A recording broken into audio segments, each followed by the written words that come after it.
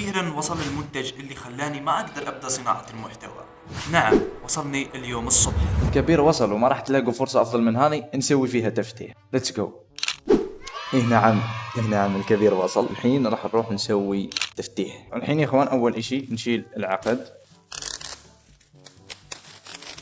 زي كذا. تشيل العقد حتى تحافظ عليه في حال إنه المنتج كان فيه أي خطأ تقدر ترجع المنتج. والله التغليف صراحة عجبني.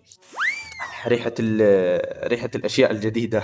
من وين أفتح يا إخوان؟ والله ما أعرف. أظن هذه الجهة صح. أفرمها فرم. عاد انتبه لا تفرمها وتفرم معها المنتج. أفرم بس المكان الصحيح زي كذا. شايفين؟ أها. بسم الله الرحمن. لا لا لا لا لا، بين بالكاميرا. بين، أعوذ بالله. بين. الحين ما علي إلا إني أكمل أفتحه. ليش قاعد تفتحه كذا كأنه قاعد تفتح صندوق ذهب؟ إي والله يا إخوان هذا بالنسبة لي أنا ذهب. هذا بالنسبة لي أنا ذهب. يمكن انت شيء عادي بالنسبة لك، معتاد على هذه الاشياء يعني، بس انا هذا من تعبي وكل شيء فاشوف انه يستاهل ذهب. وليش قاعد تفتحه كأنك تحافظ عليه؟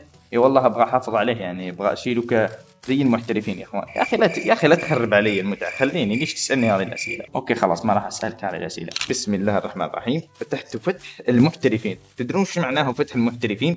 يطلع يا اخوان كاني ما فتحته، يعني لو اعيد اغلقه ما راح يبين اني فتحته. عاد انت فتحته بالسكين تقول ما راح يبين. ايه ما راح يبين. لو اجيب شيء اذوب بالنايلون هذا يمكن يرجع يتصلح. تراني ذكي يا اخوان ماني غبي.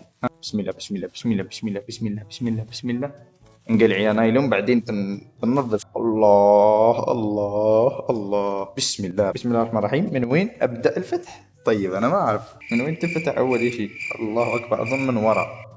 من وراء. يمديني اعرف الحين من وين كيف افتح. من هنا. شوف هذه اللزقه الخطيره. شلت اللزقه الخطيره هذه. اقلع التغليف. خطفوني بالتغليف هذه المرة يا اخوان. بسم الله نفتحه مع بعض. شلون يبين معاكم؟ يا رب ما يطيح مني ولا شيء. فتحنا الاول. بسم الله. الله اكبر. قولوا بسم الله يا اخوان. اذكروا الله. كتيب التعليمات اللي ما حد قراه من اول ما اخترع هذا الكتيب، الا في لما يكون التركيب تحتاج فيه الكتيب يمكن تقرا عشان تركب، ولا انك تقرا التعليمات ما راح تقراه. فانا احطه جنبي يمكن اقراه بعدين لاني انسان مثقف تعرفوني يا اخوان. لا هذه حركة. يما وين رايح انت؟ تنكسر علي.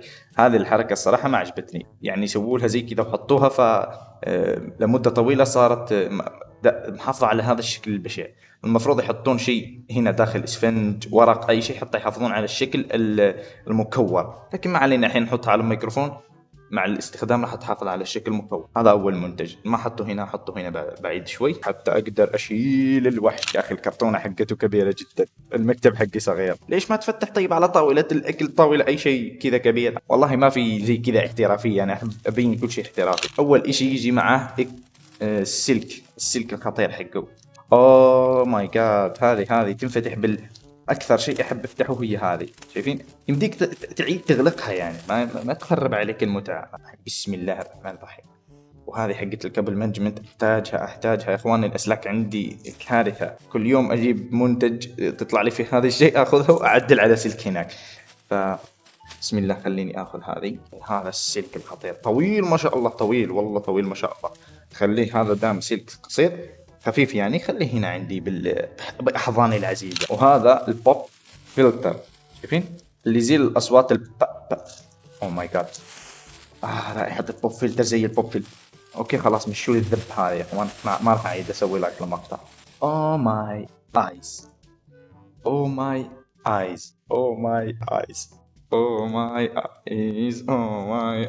قسم بالله انه الفرحة اللي ما مسكتني في يوم في حياتي. يا اخوان خليني اشيل شوية الفوضى.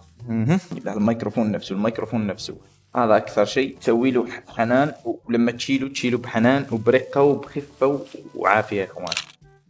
شنو هذا؟ اسفنج. والله حسبته خدج برجعه. المايك نفسه وعلقولي على اللوجو. يا سلام. الحين نحط له القبعة حقته. يستاهل القبعة، تعطيه شكل جمالي أكثر. صراحة شكله بدون قبعة أفضل، لكن القبعة دام تحافظ على الأصوات حطيت له قبعة. الستاند الأسطوري. بسم الله الرحمن الرحيم. إني جئتكم برجال يحبون الموت كما تحبون أنتم الحياة. قسما بالله شيء عظيم وقوي بعد. قوي قوي قوي. يعني الخامة حقته أسطورية. الله أكبر الله أكبر الله أكبر الله أكبر. أحط الستاند هنا دامه طويل. هذه اللي تمسك الميكروفون، ما أدري شلون يسمونها، ما أسوي نفسي محترف وأتفلسف عليكم يا إخوان. أبحثوا عن المعلومة الصح في المكان الصح حتى ما يعني أصيبكم بجهلي. شوف وهذا اللي يثبت به المايك على الطاولة. أظن أغلبكم يعرفونه يا إخوان. هل أنصحكم بهذا الميكروفون؟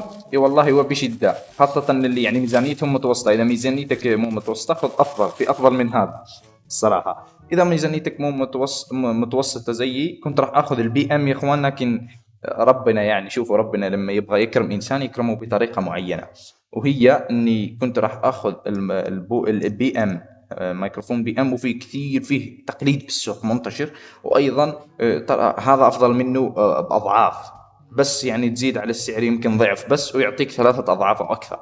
فخلص الميكروفون البي ام من المحل فجبت هذا. وهذه نعمه من نعم ربنا يا اخوان. خلونا نركب الميكروفون. حبيبي انت الميكروفون الكيبورد حقك مو ار جي بي؟ لا ار جي بي، لكن ماني مشغل الار جي بي. شو اسوي انا بالضبط؟ يعني في كل مكان اضاءه يعني ما يصير بالله، شكل بشع. شوفوا شلون تنفتح هذا زي كذا. انت قاعد تفتح عرض هذه حتى يمديك تثبتها بالمكتب حقك. ادري انكم ما راح تشوفون شيء، لكن بعدين بوريكم يوم اشيل الكاميرا من المكان حقها. صار مثبت يا اخوان. المكتب قاعد ازعزع عليكم الحين. انا ما ادري الجهه اللي تتثبت هنا والجهه اللي تتثبت هناك، فهل قاعدين تشوفون شيء؟ الصراحه ما قاعدين تشوفون شيء. شوفوا هذه الحين، انا الخامه حقت الميكروفون عجبتني الصراحه. كان المفروض اخليها من هنا اخف حتى يمديني افتحها، لكني انا حمار ما ادري شنو قاعد اسوي. حمار يبقى حمار يا اخوان. بسم الله يا اخوان، شايفين الشكل؟ الحين الشكل صار اسطوري صح. الحين نجيب هذا، ما علينا الا انه ندخل المايك هنا.